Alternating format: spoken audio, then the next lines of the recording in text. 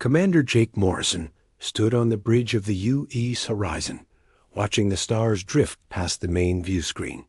The ship had been on patrol for 3 weeks now, checking the outer edges of human space for any signs of trouble. It was boring. Work, but someone had to do it. The galaxy was a big place, and humanity was still new to it. "Sir, we're picking up something strange," said Lieutenant Kate Sullivan from her position at the communications console. She was frowning at her screen, tapping buttons to clear up whatever signal she was receiving. Morrison walked over to look at her readings. "What kind of strange?" "It's a distress signal, but not like anything we've seen before. The pattern is all wrong for human ships." Kate adjusted her headset and listened more carefully. "The signal is coming from outside our territory, about 3 light years past the frontier." Morrison felt his stomach tighten. Anything beyond human space was unknown territory. Earth Command had strict rules about that. "Are you sure it's a distress signal?" "Yes, sir. It's using mathematical sequences that any spacefaring species would recognize. Basic math, physics constants, that sort of thing. But the source is definitely not human." Kate looked up at him with worried eyes. "Commander, there are also star charts included in the transmission. Whoever sent this knows how to navigate." Space. The bridge fell quiet. Every crew member knew what this meant. For 50 years, humans had been exploring space, looking for other intelligent life. They had found empty worlds, dead civilizations, and ancient ruins, but never anyone alive. Now, it seemed, someone was calling for help. Morrison's second in command, Lieutenant Commander Alex Chun, stepped forward. "Sir, first contact protocols require us to notify Earth Command immediately and wait for instructions." "I know the protocols, Alex." Morrison stared at the signal data on Kate's screen. The numbers kept changing, but they were getting weaker. "How long would it take Earth Command to send a response?" "At least 2 weeks, sir. Maybe 3 if they decide to send a full diplomatic team." Morrison watched the signal strength drop another point. "Kate, how long do we have before this signal disappears completely?" Kate ran some quick calculations. "At the current rate of decay, maybe 18 hours. After that, we won't be able to track the source." The commander closed his eyes for a moment. He had been in space for 15 years, and he had never faced a decision like this. Follow orders and let unknown beings possibly die, or break protocol, and risk his career to help strangers. "Sir," said Chief Engineer Lisa Park from the engineering station, "our jump drive is ready. We could reach that system in 4 hours." Morrison looked around the bridge at his crew. These were good people, people he trusted with his life every day. They were all watching him, waiting for his decision. "Kate, can you tell anything else about the signal?" "The power levels suggest multiple sources, sir. Not just one ship, but several." And Commander ... Kate hesitated. "The signal is getting weaker, not just because of distance." "Something is wrong at the source." Morrison made his choice. "Lisa, plot a jump to those coordinates. We're going to investigate." "Sir," Alex said quietly, "Earth Command will not approve of this." "I know, but we became explorers to find life in the galaxy, didn't we?" "Well, it looks like life found us first, and it needs help." Morrison sat down in his command chair. "I'll take full responsibility for this decision." The crew moved quickly to prepare for the jump. Morrison had commanded the horizon for 3 years, and they trusted him completely. Within an hour, the ship was ready to leave human space for the first time in its service. "Jump in 3 minutes," announced Navigator Ryan Clark. "All crew, prepare for faster-than-light travel." Morrison felt the familiar sensation as the ship's engines built up power. The jump drive was humanity's greatest achievement, allowing them to cross vast distances in minutes instead of years. But it had never taken them to meet aliens before. "Jump initiated," Ryan called out. The stars on the view screen stretched into lines of light, and then everything went white. Morrison felt the strange feeling of being everywhere and nowhere at once. Then, suddenly, they were somewhere else. Jump. Complete, Ryan announced. We are now in the target system. Morrison looked at the view screen and felt his breath catch in his throat. In front of them was a dying red giant star, its surface boiling with massive solar flares. But that wasn't. What shocked him? It was the ship's 12 massive vessels hung in space near the star, their hulls dark and scarred. They were unlike anything humans had ever built. The ships were long and curved, with strange patterns carved into their surfaces. Some of them were clearly damaged, with holes in their hulls and dead engines. My God, whispered Kate. They're huge. Each one is at least twice the size of our largest battleship. Are they alive? Morrison asked. Kate worked frantically at her console. I'm detecting life signs, sir. Thousands of them on each ship, but the readings are weak and getting weaker. Dr. Kevin Walsh, the ship's chief medical officer, joined. Them on the bridge. Commander, those ships are caught in the star's radiation field. Whatever species built them, they're being slowly poisoned by the stellar output. Morrison studied the alien fleet. The ships were beautiful in their own way, but they were clearly in trouble. Several of them were drifting closer to the star, as if their engines could no longer fight the gravitational pull. How long do they have? Morrison asked. Based on the radiation levels and the deteriorating orbits, maybe 2 days, Walsh replied. After that, the ships will either fall into the star or the radiation will kill everyone aboard. Sir, Kate said urgently, I'm receiving a new transmission. It's coming from the largest ship. Put it on speakers. The bridge filled with strange sounds. It wasn't human language, but there was something in the tone that everyone recognized. Fear, desperation, hope. They know we're here, Morrison said. They're trying to communicate. Should I respond? Kate asked. Morrison thought about Earth Command, about protocols, about his career. Then he thought about thousands of beings dying alone in space, while help was just a few hours away. Yes, send a response using the same mathematical patterns they used in their distress call. Let them know we received their message. Kate sent the reply. Within minutes, a new transmission came back. This time, it included images. Pictures of the alien ships before they were damaged, showing sleek vessels exploring space. Then pictures of other ships, darker and more threatening, attacking the exploration fleet. They're refugees, Alex said quietly. Someone attacked them and left them here to die. Morrison stood up from his command chair. Kate, keep working on communication. I want to know who they are and what happened to them. Alex, take a team and prepare a shuttle. We're going to make contact. Sir, are you sure about this? Alex asked. Morrison looked at the alien ships on the screen, thinking about the thousands of lives hanging in the balance. Alex, in all our years of searching space, this is the first time we've found anyone who needs our help. We didn't come out here just to explore. We came to find our place in the galaxy. Maybe this is it. The crew of the Horizon began preparations for humanity's first contact with an alien species. None of them knew that this moment would change the course of galactic history. They only knew that somewhere out there, strangers were dying, and they had the power to help Dot as the alien ships continued their slow drift toward the deadly star. Morrison wondered if they would be in time. The next few hours would determine not just the fate of the alien fleet, but the future relationship between humanity and whatever lay beyond the stars. Lieutenant Commander Alex Chun checked his equipment one more time as the shuttle prepared to leave the Horizon. He had been chosen to lead the first contact team because of his experience with languages and his calm personality.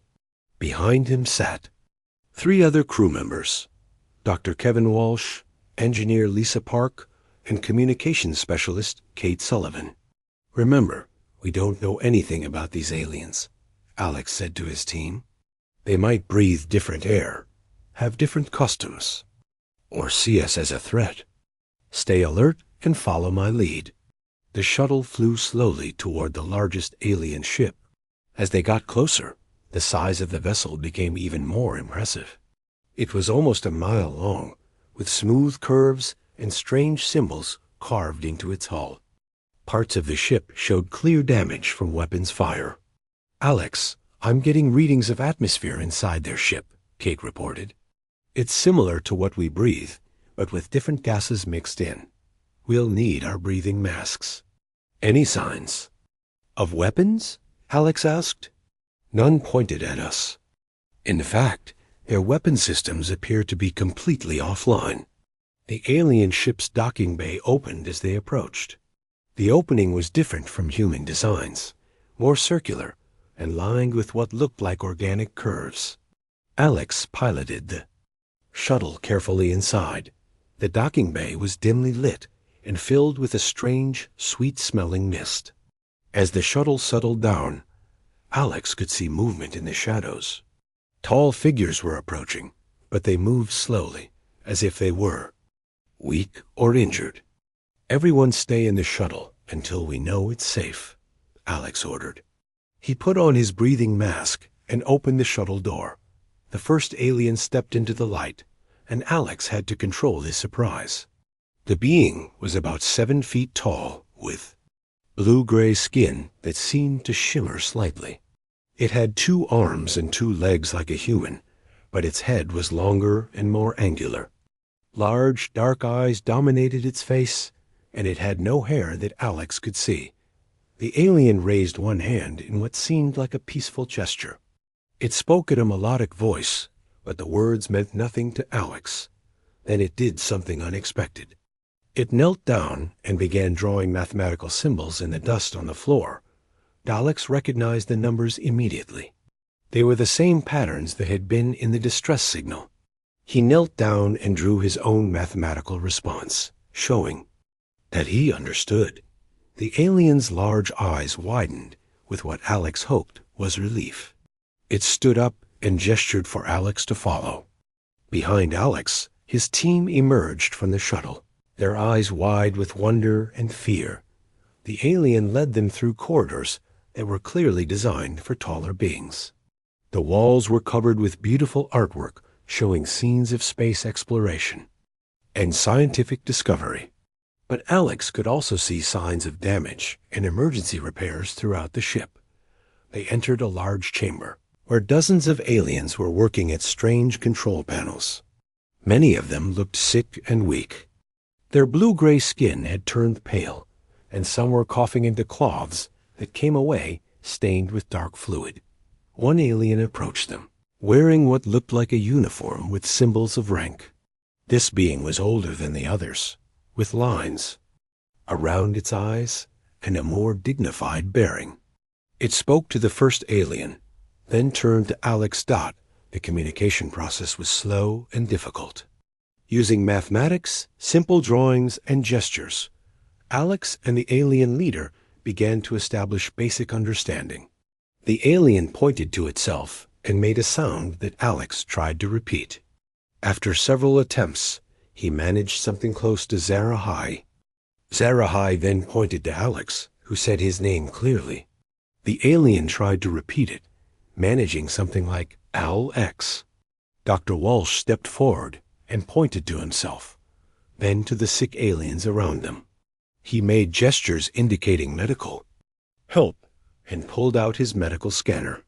Zarahai watched as Walsh demonstrated the device on Alex, showing that it was safe. When Walsh scanned one of the sick aliens, the readings were alarming. The being was suffering from severe radiation, poisoning, and its body chemistry was breaking down. Walsh showed the readings to Zarahai, who seemed to understand the seriousness. Kate worked with another alien who appeared to be their communications expert. Together, they began building a basic translation system using the ship's computers. and Kate's equipment. It would take time, but they were making progress. Meanwhile, Lisa Park was studying the alien ship's engineering systems. The technology was advanced, but clearly failing. The radiation shielding had been damaged in battle, and the life support systems were running on emergency power. She could see that the aliens were skilled engineers, but they lacked the materials. To make proper repairs, after 2 hours of difficult communication, a breakthrough came.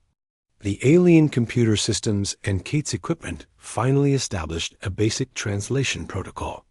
The words were still unclear, but meaning was getting through. We are Veilthara, Zarahai said through the translation system. Her voice sounded tired and sad. We explore, learn, peaceful. We are humans, Alex replied slowly. We received your distress call. We want to help. Zarahai's eyes showed surprise and hope. You help. Strangers? Yes, we help anyone in need. Through the translation system, Zarahai began to tell their story. The Veilthara were scientists and explorers who had been studying the ancient history of the galaxy.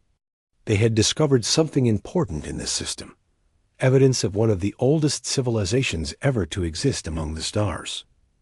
But while they were conducting their research, they had been attacked by a species called the Kethvar. The Kethvar were raiders and conquerors who destroyed other civilizations for sport and profit. They had damaged the Veilthara ships and left them to die in the radiation of the dying star. Kethvar. Evil, Zarahai explained.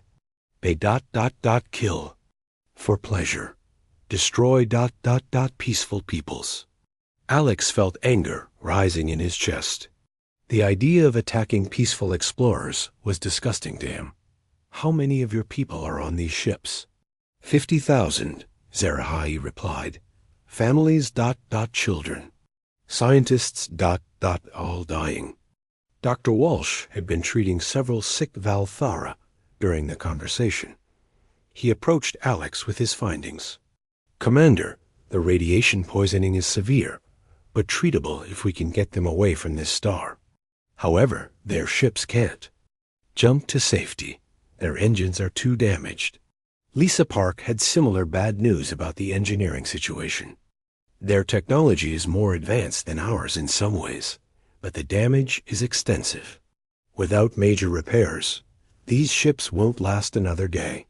Kate had been monitoring communications between the Veilthara ships. Alex, I'm picking up increasingly desperate messages between the fleet. Some of their smaller ships are losing life support completely. Alex looked around the chamber at the dying Veilthara. These were peaceful beings, explorers like humans, and they were facing extinction because of the cruelty of others. The decision was easy for him. Zarahai, we will help you, he said firmly. The alien leader's eyes filled with what Alex recognized as tears, even though they were different from human tears. You risk for strangers? Yes, that's what good people do. Zarahai stood straighter, despite her obvious weakness. Vaelthara ... kindness. Alex activated his communicator to contact the horizon. Commander Morrison, we have the situation assessed. These are peaceful explorers under attack by hostiles. They're dying from radiation poisoning, and their ships can't escape.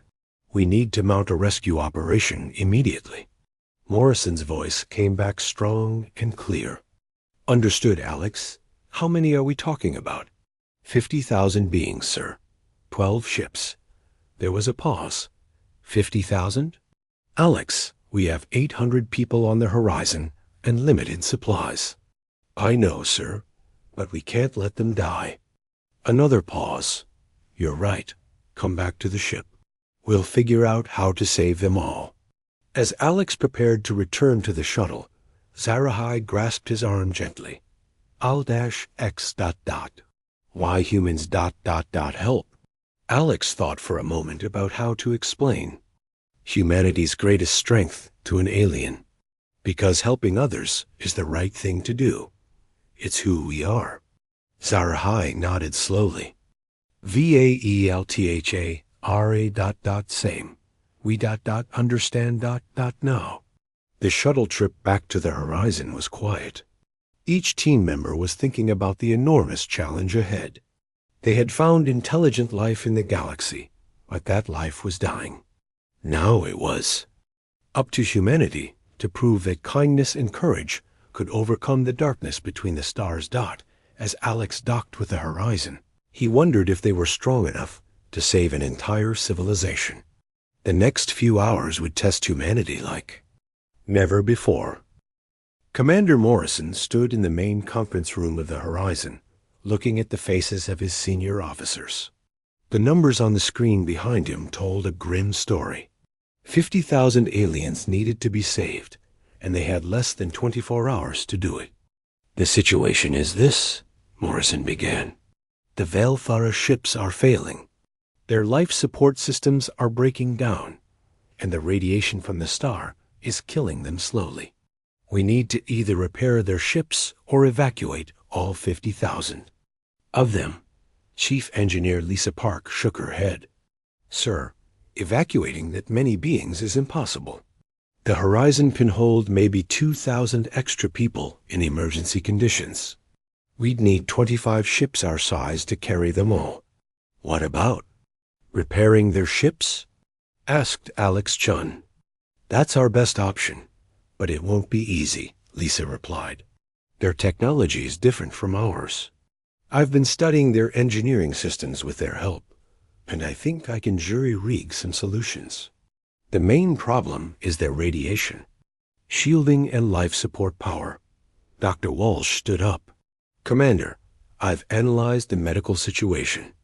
The Velthara are tough, but the radiation is breaking down their blood and nervous systems. I can treat the worst cases, but I need to get them away from this star soon. Morrison nodded. Lisa, what do you need to fix their ships? Most of our spare parts, all of our emergency power cells, and every engineer we have working around the clock. Even then, I can't guarantee it'll work. We're trying to mix human technology with alien systems we barely understand. Do it, Morrison said, without hesitation. What else do we need? Navigator Ryan Clark stepped forward. Sir, the star is becoming more unstable. Solar flares are getting stronger and more frequent. We need to be ready to leave this system quickly once the repairs are done. Morrison looked around the room. I'm asking a lot of all of you. This mission could cost us our ship, our careers, maybe our lives. Anyone who wants to object, speak now. The room was silent for a long moment. Then Lisa Park spoke up. Sir, I didn't join the fleet to sit safely in human space. I joined to explore and help others. These people need us. Dr. Walsh nodded. I took an oath to preserve life. That includes alien life. One by one, every officer in the room voiced their support. Morrison felt pride swell in his chest. These were the kind of people who made humanity great. All right then. Lisa, take your engineering teams to the Velthara ships. Kevin, set up medical stations on their vessels to treat the worst cases. Everyone else, we're going to strip this ship of everything we can spare to help them. Within an hour, the horizon was buzzing with activity. Engineering teams shuttled back and forth between the human ship and the alien vessels, carrying equipment, power cells, and repair materials. Dr. Walsh had set up emergency medical stations on 3 of the most damaged Velthara ships. Lisa Park found herself working alongside Velthara engineers who were eager to help despite their weakness. The aliens were brilliant scientists, and once they understood what the humans were trying to do, they contributed ideas that made the repairs possible. The problem is power distribution, Lisa explained to a Velthara engineer named Kethanol through the translation system. You're Ships need more energy than your damaged reactors can provide. Cathanol's large eyes brightened with understanding. Human power, different frequency, but we can adjust our systems. Together, they developed a plan to connect human power cells to Valthara life support systems. It would require running cables between ships and balancing power loads carefully. But it could work. Meanwhile, Dr. Walsh was learning alien medicine as fast as he could. The Valthara physiology was different from humans, but the basic principles were the same. He worked with Valthara doctors to develop treatments for radiation poisoning that would work on their biology. Your blood carries oxygen differently than ours, Walsh explained to a Valthara doctor named Sariath. But this human medicine should help your cells repair the radiation damage. Sariath was amazed by human medical technology, your healing methods. Different, but effective. We learned much from each other. The work continued for hours. Human and Valthara crews labored side by side, despite language barriers and physical differences. They communicated through gestures, drawings, and shared determination. But problems kept arising. 3 of the Val ships had suffered critical system failures, and their life support was failing completely. Lisa made a desperate decision. "Commander Morrison," she called over the communicator, "I need to reroute power from the Horizon's main reactor to keep those ships alive." Morrison understood the risk immediately. "Lisa, that could overload our systems. We might lose our own ship." "Sir, without this power, 3,000 Valthara will die in the next 2 hours." Morrison didn't hesitate. "Do it." Lisa and her teams worked frantically to connect the Horizon's power core to the failing alien ships. The process was dangerous and complicated. They had to run thick power cables through space between the vessels, while managing the energy output carefully. Cathanol worked alongside Lisa, his blue-gray hands moving skillfully over the alien control panels. "Human courage, remarkable," he said through the translator. "Risk your ship for strangers." "That's what friends do," Lisa replied, not looking up from her work. The power transfer worked, but it put enormous strain on the Horizon systems. Lights dimmed throughout the human ship as energy flowed to the dying Valthara vessels. But slowly, life support came back online in the alien ships. Dr. Walsh was seeing progress too. The Valthara he had treated were responding well to the modified human medicines. Their pale skin was regaining its blue-gray color, and their strength was returning. "Commander," Walsh reported, "the medical crisis is stabilizing. The Valthara are tough people. Once we got them proper treatment, they started recovering quickly." But just as things seemed to be improving, Ryan Clark's voice came over the ship's intercom with urgent news. "Commander Morrison to the bridge. Immediately. We have a problem."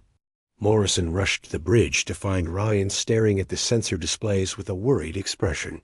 "Sir, the star is becoming more unstable. Solar flare activity has increased by 300% in the last hour. The radiation levels are spiking beyond what our shields can handle." Morrison looked at the readings. The dying star was entering its final phase, throwing out massive bursts of deadly energy. "How long do we have?" "At this rate, maybe 6 hours. Before the radiation becomes lethal even to us." Morrison activated ship-wide communications. "All teams, this is the commander. We have 6 hours to complete repairs and get everyone out of this system. I know you're all tired, but we need to push harder." The pace of work intensified. Human and Valthara crews pushed themselves beyond their limits.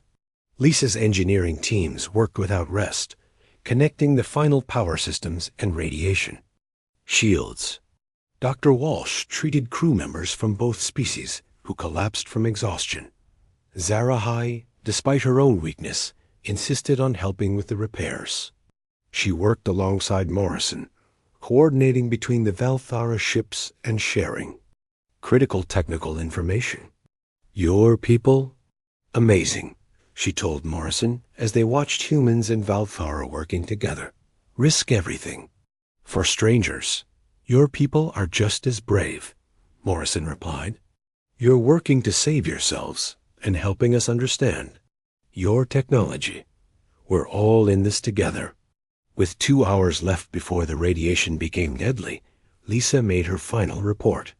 Commander, we've done everything we can. The Valthara ships have enough power and shielding to survive, but it's going to be close. We need to leave now. Morrison looked at the combined fleet on the view screen.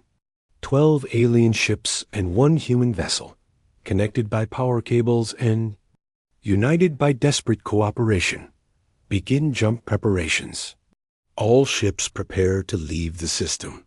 But as the fleet prepared to escape, long-range sensors detected something that made Morrison's blood run cold. Ships were approaching from outside the system. Large, dark vessels that matched the descriptions the Valthara had given of their attackers. Sir, Kate Sullivan reported from communications, we're being hailed by the incoming ships. The signal is different from Valthara transmissions. Put it through. A harsh, threatening voice filled the bridge. The translation system struggled with the aggressive language, but the meaning was clear. The Kethver had returned to finish what they started. Morrison looked at the tactical display. 6 heavily armed enemy ships against 12 damaged Valthara vessels, and 1 human exploration ship. The odds were terrible, but there was no choice. All ships prepare for battle, Morrison announced. We're not leaving anyone behind. The 6 Kethver warships dropped out of hyperspace like dark predators entering a feeding ground. Each vessel was twice the size of the horizon and covered in weapon ports that glowed with menacing energy. Their hulls were black and angular, designed to strike fear into their enemies. Commander Morrison stood on the bridge of the horizon, watching the enemy ships approach. Behind him, the 12 Valthara vessels were still connected to his ship by power cables, making them sitting targets. The alien ships had enough power to survive now, but they were in no condition to fight. Incoming transmission from the lid. Kethver ship, Kate Sullivan reported. Put it through. A harsh voice filled the bridge, speaking in a language that sounded like grinding metal. The translation system worked slowly, turning the alien words into something humans could understand. Small mammals from unknown world, the voice said with clear contempt. You interfere with our hunt. Surrender the Valthara to us, and we will kill you quickly. Resist, and you will suffer before you die. Morrison stepped forward, his jaw set with determination.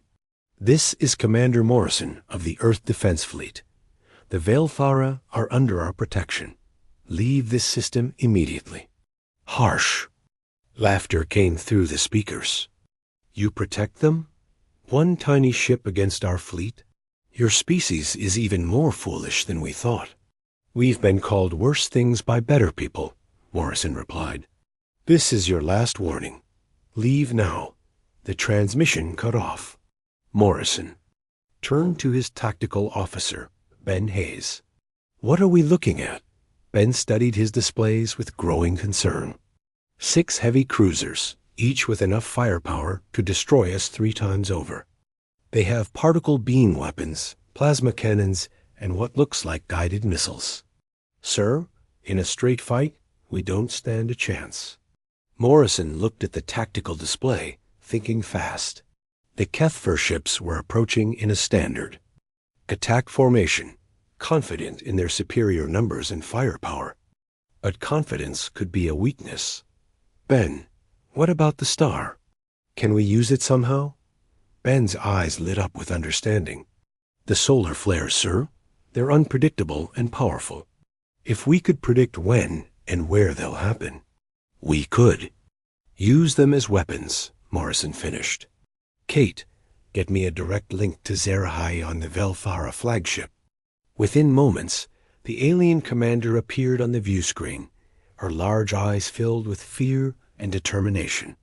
Morrison ... Keth4 return. They finish what they start. Not if we stop them first, Morrison said. Zarahai, your people are scientists. Do you have equipment that can predict solar flares? Yes. But why? Because we're going to turn this star into our ally. Morrison quickly explained his plan to the Veilthara commander. Her eyes widened with understanding and something that might have been admiration. Dangerous plan, she said, but might work. Veilthara help. Kate, patch me through to all ships, human and Veilthara. When the connection was established, Morrison addressed the combined fleet. This is Commander Morrison. We're about to face an enemy that wants to destroy us all. But we have advantages they don't expect. We have each other, we have the star, and we have the element of surprise. He outlined his plan quickly. The Veilthara would use their advanced sensors to predict exactly when and where the star would release its next massive flare. The human ship would lead the Keth4 into the path of that flare, using the star's own power as a weapon. It's going to be dangerous, Morrison warned. We'll be flying close to a dying star while being shot at by 6 warships. But it's our only chance. The Keth4 ships opened fire as soon as they came within range. Bright energy beams lanced across space, striking the Veilthara vessels.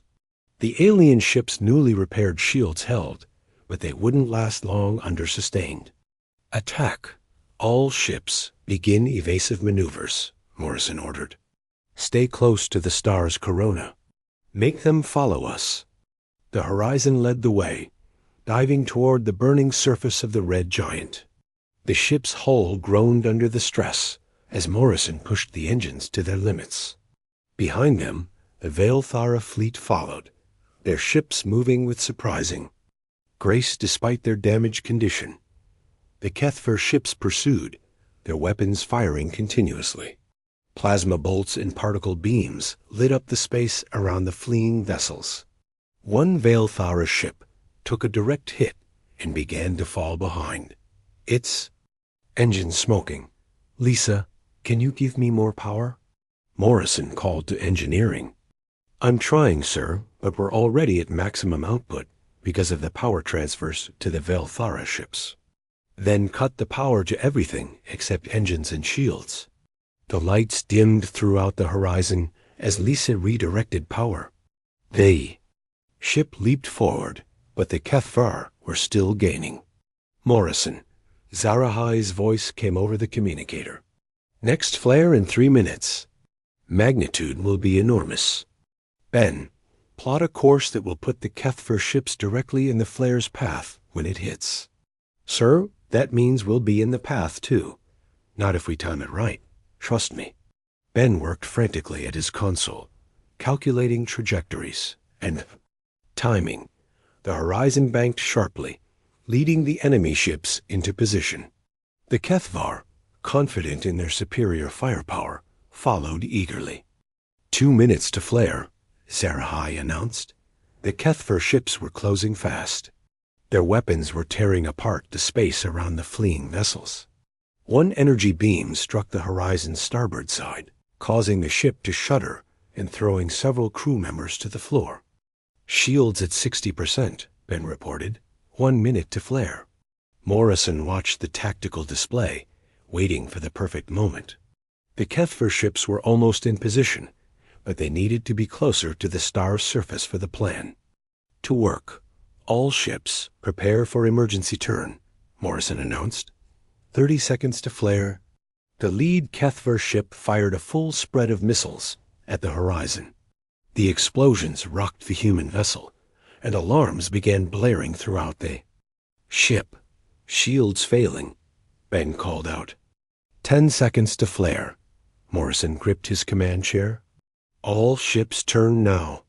The horizon spun away from the star's surface, just as the red giant released its fury. A massive column of superheated plasma erupted from the star, moving at incredible speed toward the exact spot where the Keth4 ships were positioned. The enemy vessels had no time to react. The solar flare struck them with the power of a small sun, overwhelming their shields and tearing through their hulls. 2 HFY ships were destroyed instantly, their hulls melting under the intense heat. A third was crippled, its engines dead and its hull glowing red-hot. The remaining 3 HFY ships pulled back, their commanders finally understanding that they were facing a more dangerous enemy than they had expected. Direct hit, Ben reported with excitement. 3 enemy ships destroyed or disabled, but the victory was short-lived. The surviving HFY ships regrouped and began a more careful attack, staying away from the star's dangerous surface. Their weapons fire was more accurate now, and they were targeting the Velthara ships specifically. They're trying to separate us, Morrison realized. They want to destroy the Velthara ships one by one. Zarahai's ship took a direct hit and began to drift. Morrison, our engines failing. Cannot keep up. Morrison made a decision that surprised everyone, including himself. All ships form a defensive circle around the damaged Velthara vessel. We protect each other. The human ship and the remaining Velthara vessels formed a tight formation, their combined shields creating a protective barrier around Zarahai's ship. The HFY concentrated their fire on this formation, but the united fleet held together. "Sir?" Lisa called from engineering. "I have an idea. What if we overload our weapons and channel the energy through the power cables, connecting us to the Velthara ships? What would that do?" "It would turn the entire fleet into one giant weapon. We could focus all our firepower on a single target." Morrison grinned. "Do it." Working together, human and Velthara engineers connected their weapon systems through the power cables that had been used to save the alien ships. The result was a weapon more powerful than anything either species had ever built. "Target the lead HFY ship," Morrison ordered. The combined firepower of 13 ships focused on a single point. The energy beam that resulted was brilliant white and incredibly powerful. It struck the lead HFY vessel and punched straight through its hull, causing a massive explosion that lit up the entire system. The remaining 2 HFY ships, seeing their fleet destroyed by what they had thought was easy prey, turned and fled into hyperspace. "Enemy ships have retreated," Ben reported. "We did it, sir. We won." Morrison slumped in his command chair, exhausted but victorious. Around him, the bridge crew was cheering, and similar celebrations were coming over the communicators from the Velthara ships. "Zarahai, are your people all right?" The alien commander appeared on the view screen, her face showing relief and gratitude. "All ships functional. All Velthara alive. Morrison, How do we thank you?" "You don't need to thank us," Morrison replied. "We're just glad we could help." But even as they celebrated their victory, Morrison knew that this was just the beginning. The HFY would return with more ships, and other peaceful species would need protection. The galaxy was a dangerous place, but maybe with humans and Velthara working together, it could become a little safer. "All ships, prepare for jump. To human space," Morrison announced. "We're going home." 3 weeks after the battle at the Dying Star, the combined human and Velthara fleet arrived at Earth's solar system. The journey had been long but peaceful, giving both species time to learn from each other and plan for the future. "Commander." Morrison stood on the bridge of the horizon, watching Earth grow larger on the view screen. Behind his ship, 12 Velthara vessels followed in perfect formation. The alien ships had been fully repaired during the journey, and they now gleamed with their original beauty. "Incoming transmission from Earth Command," Kate Sullivan announced. Morrison straightened his uniform. He knew he was about to face questions about his decision to break first contact protocols, but he had no regrets. "Put them through." Admiral Susan Carter appeared on the view screen, her stern face showing a mixture of anger and curiosity. Morrison had served under Carter for 5 years and knew she was fair but strict about following orders. "Commander Morrison," Carter began, her voice cold, "you left your patrol route without authorization, made contact with an alien species without permission, and engaged in combat operations against unknown hostiles. Do you have anything to say for yourself?" "Yes, Admiral. I did what was necessary to save 50,000 innocent lives." Carter's expression didn't change. "Commander, you put your entire crew at risk for strangers. You could have started an interstellar war. The consequences of your actions could have been catastrophic." Before Morrison could respond, another voice joined the conversation. Zarahai appeared on a split screen, her large eyes focused on the human admiral. "Admiral Carter," Zarahai said through the translation system, "your Commander Morrison saved my people from extinction. He showed courage and kindness that the Velthara will never forget." Carter looked surprised. "You speak our language?" "We have been learning during our journey. The Velthara are quick to adapt." Zarahai's voice became more formal. "Admiral, I bring greetings from the Velthara Council of Worlds. We wish to establish formal relations with humanity." The conversation was interrupted by Dr. Walsh, who contacted Morrison from the medical bay. "Commander, you need to see this immediately." Morrison looked at Admiral Carter.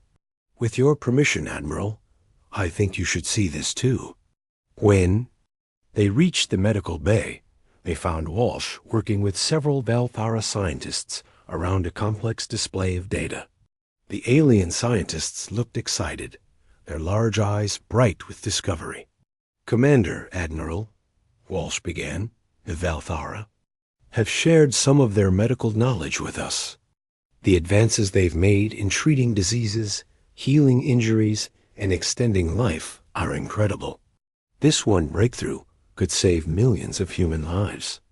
Zarahai joined them, along with several other Velthara who had become friends with the human crew during the journey. "This is small gift," she explained. "Velthara have much more to share." Admiral Carter examined the medical data, her stern expression slowly changing to one of amazement. This technology could eliminate cancer, repair spinal injuries, even restore damaged organs. "There is more," said Kethanol, the Velthara engineer who had worked closely with Lisa Park. "Our people have developed new forms of faster-than-light travel, clean energy systems, and methods for turning dead worlds into living ones." Carter looked at Morrison with new understanding. "Commander, exactly what did you discover out there?" Morrison smiled. "Not just alien life, Admiral. We found friends." Over the next several hours, the Velthara representatives shared more details about their civilization and technology.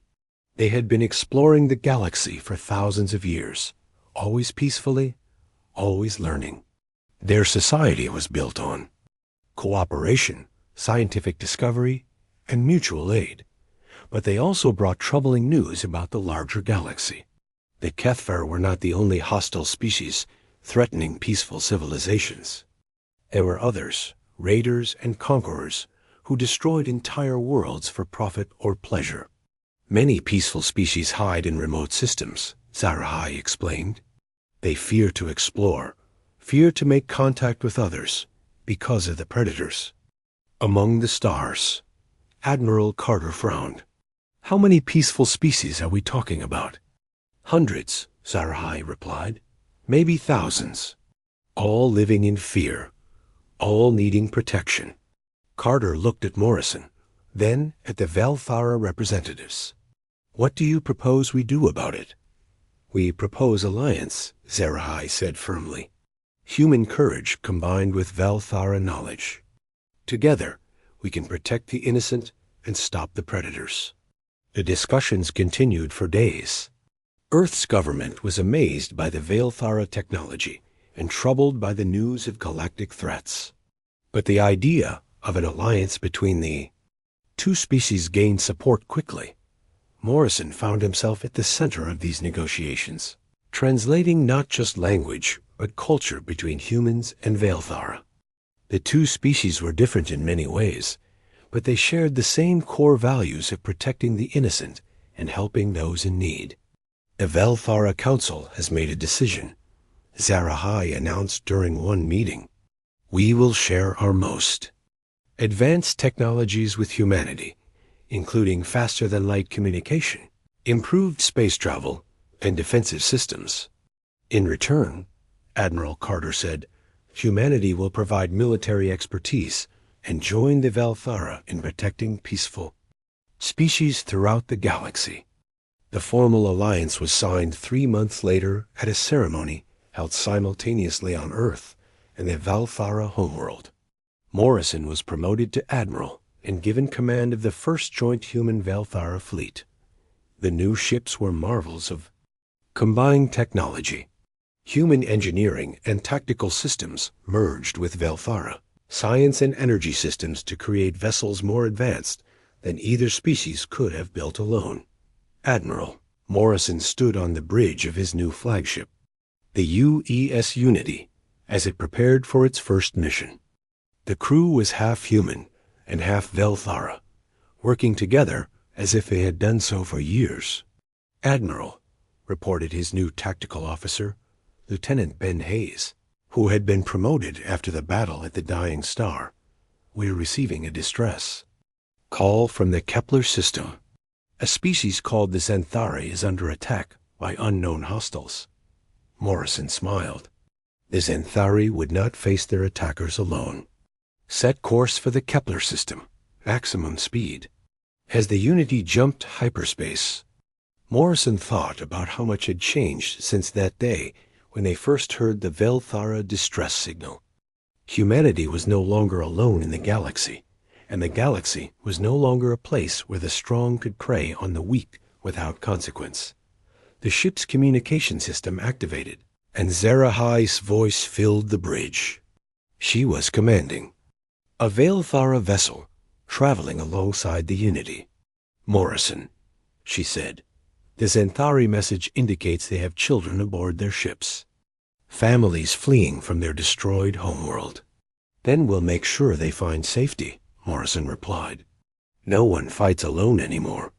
The combined fleet dropped out of hyperspace near a small yellow star where alien ships were under attack by raiders. But this time, the raiders faced not helpless victims, but the combined might of human determination and Velthara technology. The battle was swift and decisive. The raiders, faced with enemies they had never encountered before, fled. After losing half their ships, the Xanthari were saved, and another peaceful species learned that there were those in the galaxy willing to fight for justice. Over the following years, the human Velthara alliance grew stronger.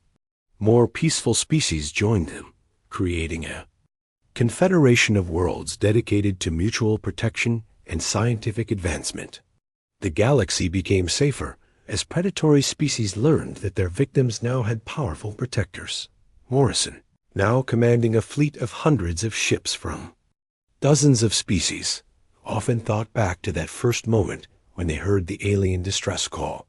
His decision to help strangers had changed the course of galactic history, but the most important change was simpler than that.